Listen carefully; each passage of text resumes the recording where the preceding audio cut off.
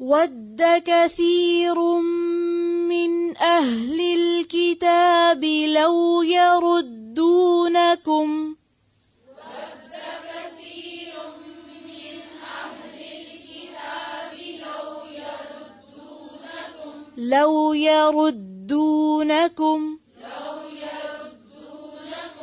لو يردونكم من بعد إيمانكم كفارا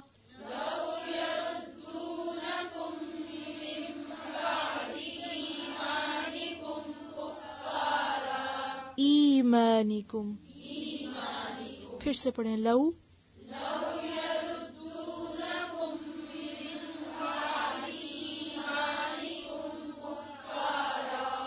حسدا من عند أنفسهم من بعد ما تبين لهم الحق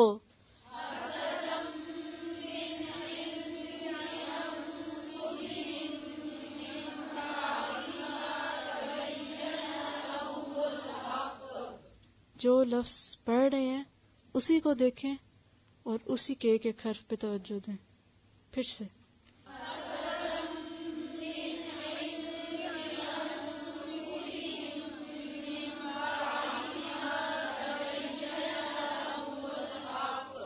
من بعد ما تبين لهم الحق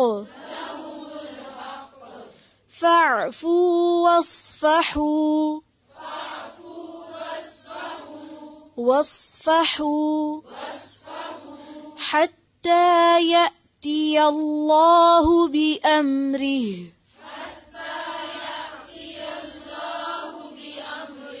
يأتي الله عین کی آواز نہیں آنی چاہیے. حتى يأتي الله بأمره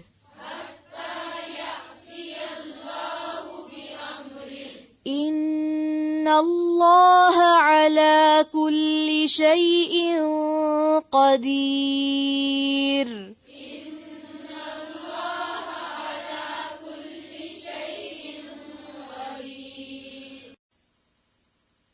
ود دل سے چاہتے ہیں، کثیر بہت سے، کثیر کس سے ہے؟ کثرت سے، کاف فیرے.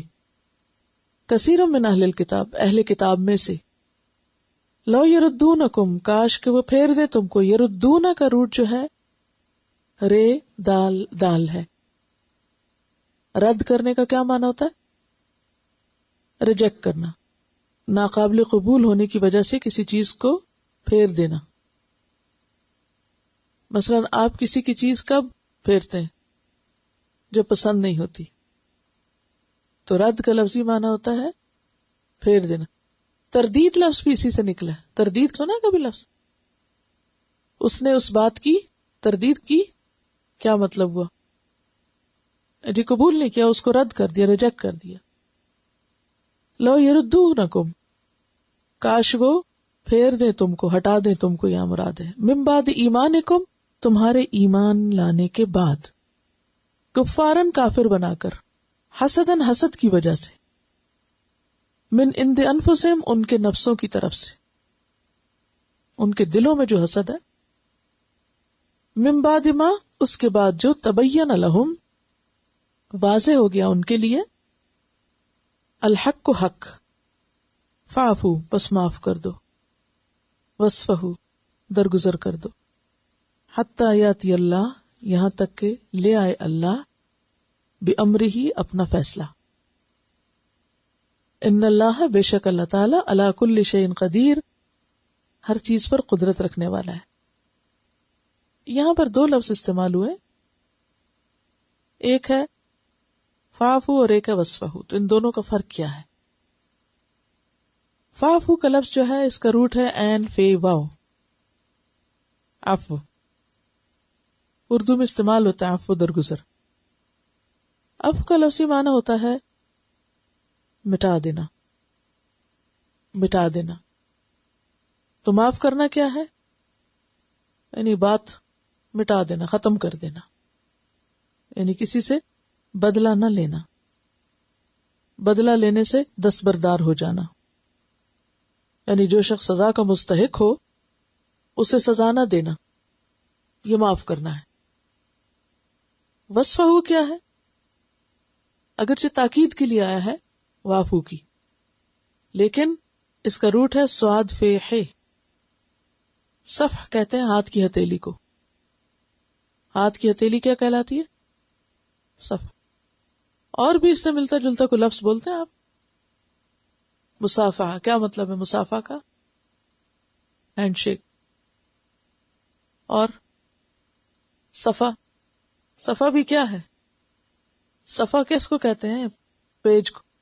پیج کو پیج کیوں کہتے ہیں؟ جب کوئی چیز نہ ہو لکھنے کے لیے کہاں لکھتے ہیں؟ یعنی جسم میں سب سے آسان جگہ جہاں آپ کچھ لکھ سکتے ہیں جو صفحے کا کام دیتی ہے وہ کیا ہے؟ آپ کی ہتھیلی، ہاتھ۔ تو عربی میں بیسیکلی صفح کہتے ہیں ہاتھ کو۔ اس پر کیوں لکھتے ہیں؟ ہاتھ پر کیوں لکھتے ہیں؟ اندر کی طرف کیوں لکھتے ہیں؟ باہر کیوں نہیں لکھتے؟ باریک وجہ ہے، غور کیجیے، اسموتھ ہے۔ اگر آپ یہاں لکھیں گے نا تو وہ رگیں بھی نظر آ رہی ہیں اور وہ سکن بھی اتنی اسموتھ نہیں ہوتی باہر کی جگہ، لیکن جب آپ اندر کی طرف لکھتے ہیں تو یہ پیپر کی طرح اسموتھ ہے نا؟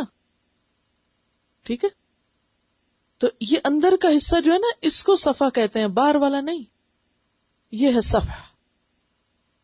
جب ہینڈ شیک کرتے ہیں تو کیا کرتے ہیں؟ الٹا ہاتھ دیتے ہیں، سیدھے دیتے ہیں نا، یعنی دو لوگوں کے آپس میں کیا ٹکراتی ہیں؟ یہ حصہ ٹکراتا ہے، تو یہ اس کو کہتے ہیں مصافحہ۔ مصافحہ کا معنی دو لوگوں کے ہتھیلیوں کا باہم ملنا، یہ مصافحہ۔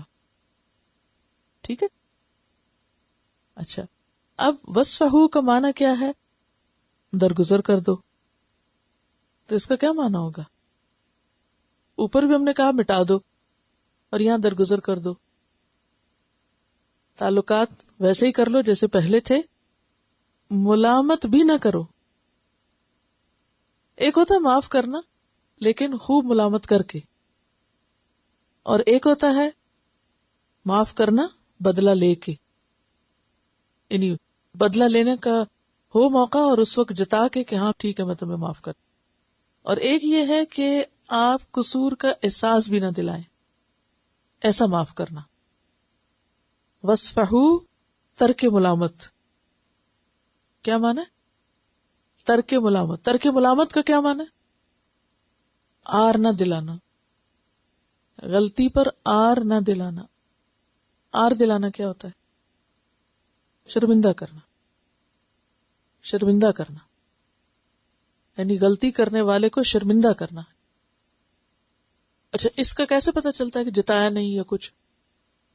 اب آپ دیکھیے کہ دو لوگوں میں انبن ہو گئی، ایسا بہت ہوتا ہے نا، ہو گئی تھوڑی دیر کے لیے، اس کو بھی غصہ آیا اس کو بھی آیا، ایک کا قصور تھا دوسرے کا نہیں تھا، یہ تھوڑا اس کا تھوڑا اس کا، اب دونوں نے ایک دوسرے کو معاف کیا، ٹھیک ہے۔ ایک تو یہ کہ آپ نے بدلہ نہیں لیا، جس نے زیادتی کی اس سے بدلہ نہیں لیا، چھوڑ دیا، ایک درجہ یہ ہے۔ وصفہ کیا ہے؟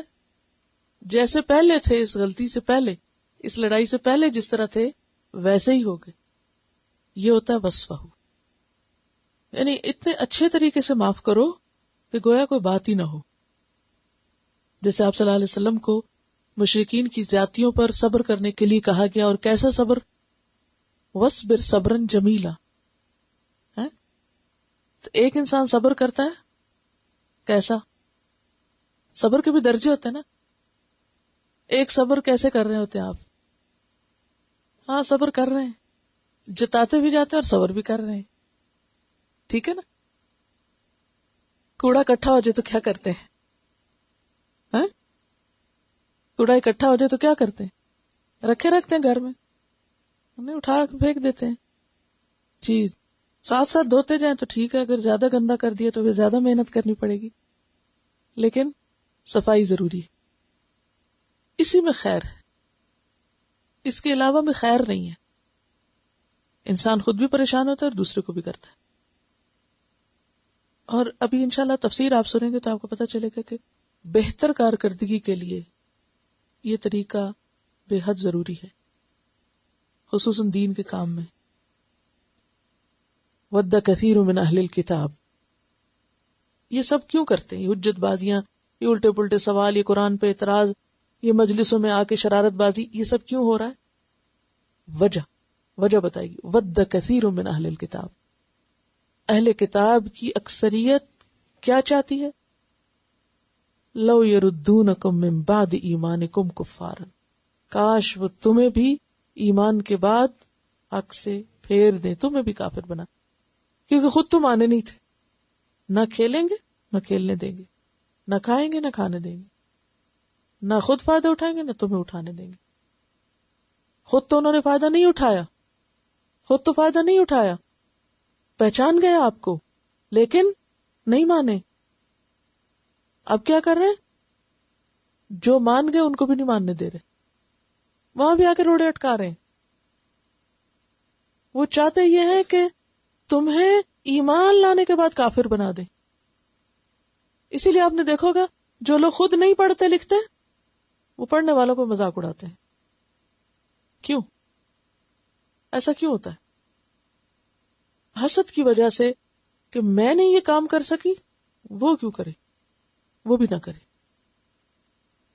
یہاں پر فرمایا حسدا من عند انفسہم، ان کے نفسوں کے حسد کی وجہ سے. اور اس میں ایک اور طریقہ یہ کرتے تھے یعنی مسلمانوں کو دین سے پھیرنے کا، کہ ان میں سے کچھ لوگ جھوٹ موٹ مسلمان ہو جاتے، کہتے ہمیں پتہ چل گیا ہم بھی مسلمان ہیں، اور یہ باقاعدہ پلاننگ کے ساتھ ہوتا تھا. اور پھر چند روز کے بعد کہتے وہ دیکھ لیا جی اسلام، وہ سارا پتہ کر لیا، ہمیں تو کوئی سچائی نہیں اس میں نظر آئی، کوئی سچائی نہیں، ہمارا اپنا ہی دین اچھا، ہم تو جا رہے ہیں واپس. یہ سب کیوں کرتے تھے؟ تاکہ دوسروں کو بھی بدظن کرے، اچھا وہ تو پڑھا لکھا شخص تھا، وہ تو کتاب پڑھا ہوتا، اہل کتاب میں سے تھے نا، یہ تو پڑھے لکھے لوگ ہیں، یہ تو زیادہ ہی جانتے ہوں گے، ہم تو ان پڑھ لوگ ہیں، ہم تو امی ہیں، اور یہ تو پڑھے لکھے لوگ ہیں، ان کو تو زیادہ سمجھ ہے، اگر انہوں نے یہ رستہ چھوڑ دیا تو پھر صحیح کیا ہوگا، چلو ہم بھی چھوڑتے ہیں. یہ کتنی بڑی چال تھی اسلام کے خلاف. آج بھی آپ دیکھیں کہ بعض اوقات لوگ دین سے، دین والوں سے، دین کی مجلسوں سے لوگوں کو کس طرح بہکاتے اور بھٹکاتے ہیں. کیا کہتے ہیں؟ یہ کہتی ہیں کہ میں جب یہاں آ رہی تھی تو انہوں نے کسی دوست کو فون کیا اور ان سے پوچھا کہ میں وہاں پڑھنے جا رہی ہوں، تو آپ مجھے مشورہ دیں، یا ویسے شیئر کیا. تو انہوں نے بہت اس قسم کی باتیں کی کہ جس سے یہ نہ آ سکے، نہ پڑھ سکے. تو انہوں نے کہا کہ نہیں، میں خود جا کے دیکھوں گی اور خود جائزہ لوں گی. یہ سوچ کم لوگوں کی ہوتی ہے کہ میں خود بھی تو عقل رکھتا ہوں، میں ذرا خود ٹیسٹ کروں. یعنی میں بے وقوف ہوں، یعنی لائی لگ ہونا جسے کہتے ہیں، جیسے کوئی کہے ویسے ہی سن کے ویسے ہی متاثر ہو جانا، انفلوئنس ہو جانا. یہ کہتے ہیں بعض اوقات چھوٹی چھوٹی باتوں کے اوپر اعتراض کر کے پڑھنے سے ہٹاتے ہیں کہ نہیں کسی طرح بھی پڑھنا جائز نہیں، گلوز پہن کے یا کپڑے سے پکڑنا بھی قرآن کو جائز نہیں. تو نے کہا کہ اچھا 23 دن آپ پڑھ لیں، باقی 7 دن نہ پڑھیں. اس میں بھی تیار نہیں. تو یہ بہانے ہوتے ہیں اصل مقصد سے ہٹانے کے. یعنی کوئی سوچے تو کہ ہم یہ پڑھ کیوں رہے ہیں، میں اور آپ یہاں کیوں کٹھے بیٹھے ہیں، کیوں پڑھ رہے ہیں، آپ کیوں آئے ہیں، میں کیوں آئی ہوں، کیا مقصد ہے اس کے پیچھے. اور یہ ایک لفظ اور یہ سارا کچھ جاننے کا کہ ہم جو قرآن ہمیں بتاتا ہے ہمیں پتا تو چلے، ہم اپنی آنکھوں سے پڑھیں، صرف سنی سنائی پہ عمل نہیں کریں، ہم صحیح غلط کا فرق پہچانیں اور کچھ کریں جو کچھ کرنے کو کہا گیا ہے. یہ کوئی اور بھی غرض ہے. تو اگر اس کو بھی لوگ سمجھتے ہیں کہ یہ کوئی کرنے کا کام ہی نہیں ہے تو پھر معلوم نہیں کرنے کا کام کیا ہے. یعنی بعض لوگوں کا اعتراض یہ ہوتا ہے کہ ان لوگوں کے پاس اور کوئی کام نہیں کرنے کو، اس لیے یہ کام کر رہے ہیں، یعنی ٹائم کلنگ کے لیے، یا یہ کہ اور تو کچھ پڑھا نہیں، چلو اب یہی پڑھ لیں. تو بہت کامن چیز ہے یہ. یعنی یہ وار ایسا وار ہے کہ جس سے بچنا بھی مشکل ہوتا ہے انسان کا. یعنی کسی کے خلاف وسوسے ڈال کے اس کو اس رستے سے ہٹا دینا. یہ کہہ رہی کہ میں آئی ہوں پڑھنے کے لیے، تو سب نے یہ کہا کہ نہیں وہ برین واش کر دیتی ہے، مت جاؤ. تو اب یہ ہے کہ یہ برین واش کس کا ہوتا ہے؟ جس کا کوئی برین نہ ہو. جس کا اپنا کوئی برین نہ ہو وہی برین واش ہوتا ہے. جس کی اپنی عقل ہو وہ نہیں برین واش ہوتا. جو خود سوچنے سمجھنے کی صلاحیت رکھتا ہو وہ کسی سے انفلوئنس نہیں ہوتا. وہ اچھے اور برے کو پہچانتا ہے، وہ صحیح اور غلط کا فرق جانتا ہے، وہ تمیز کر سکتا ہے. تو جس کے اندر صلاحیت خود نہیں بدھو ہے وہی برین واش ہو سکتا ہے. تو اس کا مطلب ہے جو آپ کو برین واش ہونے کا کہتا ہے وہ آپ کو بدھو سمجھتا ہے. یعنی تم مجھے کہتے ہو میں برین واش ہو جاؤں گی، یعنی گویا میں کم عقل ہوں، بے وقوف ہوں کہ میں دوسرے کی باتوں میں آ جاؤں گی. میری اپنی بھی عقل کام کرتی ہے. یہ کہہ رہی ہیں کہ بعض اوقات عام لوگوں کی طرف سے ایک وار جو ہے وہ پھر بھی بندہ سہ جاتا ہے، پڑھے لکھے لوگوں کی طرف سے وار سہنا بہت مشکل ہوتا ہے. کہ اگر پڑھے لکھے لوگ ہی حسد میں آ کے مخالفت کریں، یعنی بعض اوقات مخالفت کیوں ہوتی ہے کسی ایسا پڑھانے سکھانے والے کی؟ یہی وجہ لکھی ہوئی، حسد من عند انفسہم. کیونکہ انسان کہتا ہے کہ وہ بھی تو دین جانتا ہے، وہ بھی تو پڑھا لکھا ہے، وہ کیوں آخر اس کی مخالفت کر رہا ہے؟ تو اسی کی وجہ یہاں بتائی جا رہی ہے کہ وہ حسد کی وجہ سے مخالفت ہوتی ہے. تو اس وار کو سہنا زیادہ مشکل ہے. تو اس دور کے مسلمانوں کے لیے یہود کے اس وار کو سہنا ایک مشکل کام تھا، کیونکہ وہ اہل کتاب تھے، وہ پڑھے لکھے لوگ تھے. تو یہاں پر کیا کہا جا رہا ہے؟ وہ تو چاہتے ہی ہیں کہ تمہیں تمہارے ایمان کے بعد پھیر دیں. انہوں نے خود نہیں یہ سب کچھ پایا، انہیں نہیں ملا، تو اب وہ انہیں کسی اور کے پاس بھی اچھا نہیں لگتا، لہذا وہ تمہیں اس سے ہٹانا چاہتے. من بعد ما تبین لہم، اس کے بعد کہ ان پہ بالکل واضح ہو چکا ہے. کیا؟ الحق کو حق، سچائی کھل کے سامنے آ چکی ہے. پیغمبر پہچانے گئے ہیں کہ پیغمبر ہے، کتاب پہچانی گئی کہ اللہ کی کتاب ہے، پھر بھی نہیں مانیں گے. اب جس کے ساتھ یہ سب حسد ہو رہا ہو یا جس کو بہکایا جا رہا ہو، اس کا اخلاق کیا ہونا چاہیے؟ اس کو کس پالیسی پر عمل کرنا چاہیے؟ نہ مقابلہ، نہ جواب، نہ حساب، نہ کتاب. فاعفو واصفحوا، درگزر کرو، اگنور کرو، جانے دو. واصفحوا، محسوس بھی نہ کراؤ، بدلہ لے سکتے ہو تو بھی نہ لو. اور اپنا اخلاق اتنا اعلیٰ رکھو کہ گویا تم نے کچھ سنا ہی نہیں، گویا تم جانتے ہی نہیں. ایسے لوگوں سے ملو بھی تو کیسا ملو؟ کھا جانے والی نظروں سے نہیں کہ اچھا تم وہ ہو نا جس نے میرے خلاف یہ لکھا تھا، یا تم وہ ہو جس نے میرے خلاف یہ بولا تھا. نہیں، فاعفو واصفحوا. کیوں؟ اس لیے کہ جو سکھانے والا ہے اس کا کردار اور اخلاق یہ ہونا چاہیے کہ وہ اپنے دشمن سے بھی محبت کر سکے، ورنہ دین نہیں پھیلا سکے گا. تو جب تک آپ اپنے حاسدوں سے بھی محبت نہ کر سکیں، ان کی بھی بھلائی اور خیر خواہی نہ سوچ سکیں، تو آپ ان کی اصلاح نہیں کر سکتے. جبکہ سکھانے والے کے اوپر لازم ہے کہ وہ ہر ایک کا بھلا سوچے، ہر ایک کا سوچے، وہ مقابلے پہ نہ اترے کہ تم ایسا کرو گے تو میں تمہیں ایسے کاٹ کروں گا. نہیں. کیوں؟ اللہ تعالیٰ قرآن پاک میں فرماتے ہیں وَاصْبِرْ عَلَىٰ مَا يَقُولُونَ، جو کچھ یہ کہتے ہیں، باتیں بناتے ہیں، اس پہ صبر کرو. وَاهْجُرْهُمْ هَجْرًا جَمِيلًا، ان کو چھوڑو تو آسان طریقے سے چھوڑو. وَلَقَدْ نَعْلَمُ، ہم جانتے ہیں کہ تمہارا دل تنگ ہوتا ہے اس پہ جو یہ باتیں کرتے ہیں، تم دکھی ہوتے ہو، تم غمگین ہوتے ہو، کیونکہ غلط قسم کی باتیں انسان کو خوش تھوڑی کرتی ہیں.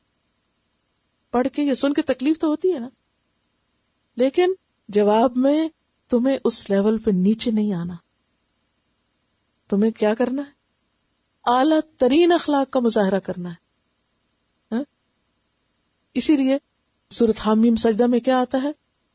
ادفع باللتی ہی احسن، اس طریقے سے دور کرو جو خوبصورت ہے. فَإِذَا الَّذِي بَيْنَكَ وَبَيْنَهُ عَدَاوَةٌ كَأَنَّهُ وَلِيٌّ حَمِيمٌ. نتیجہ کیا ہوگا تمہارے اس اچھے اخلاق کا؟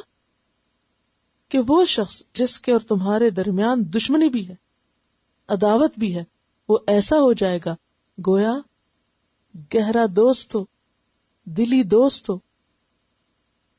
آج کے دشمن کل کے دوست ہو سکتے ہیں. کس سے؟ اچھے اخلاق سے. لہذا فاعفو واصفحو، معاف کر دو، درگزر کر دو. حتی یأتی اللہ بامرہ، یہاں تک کہ اللہ اپنا فیصلہ لے آئے. اور وہ فیصلہ کیا ہے؟ دین کی تکمیل کا، کامیابی کا. ان اللہ علی کل شیء قدیر، بے شک اللہ تعالی ہر چیز پر قدرت رکھتا ہے.